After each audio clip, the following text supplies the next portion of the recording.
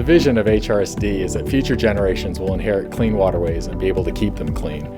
To do that, it requires investing in both new infrastructure and new technologies, as well as replacing the old and aging infrastructure. This is one of the largest efforts here at HRSD. We have a commitment with the state to reduce the amount of nitrogen and phosphorus being discharged from our treatment facilities. We'll also be increasing the wet weather capacity from 80 to 100 million gallons a day, and we're replacing some aging infrastructure. The facility was built back in the 1940s, and it's time to make some improvements.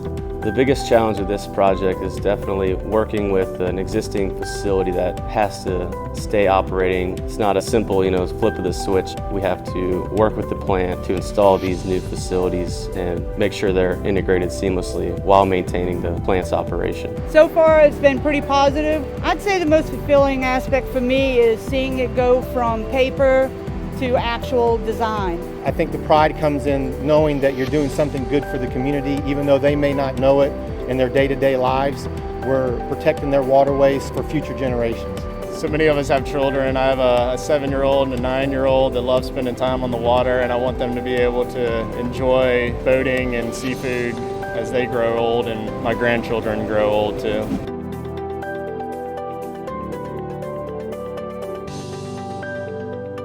The Virginia Initiative plant was one of the first nitrogen removal facilities in the Commonwealth of Virginia. We got patents on the facility, and we shared those patents with people across the state, across the country, and around the world. It was a very innovative technology at the time. Now in the 21st century, we're looking to upgrade those improvements, take that technology to the next level. I think that people would be surprised to know actually how much process goes through here every day.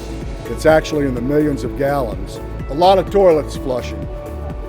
I guess everybody, they go out to the mailbox and they get their bill and it says HRSD. Most people don't understand what HRSD is involved in. It's just, it's amazing to watch it go up. Those investments support businesses and people and families today here in Hampton Roads. We use a lot of local contractors, the suppliers are local, and those dollars are just magnified throughout the region. So not only are we helping future generations, we're helping our current economic situation here in Hampton Roads. It's a very large project for us. It gives us a chance to keep a lot of our people working and at home. It's nice to sleep in my own bed at night.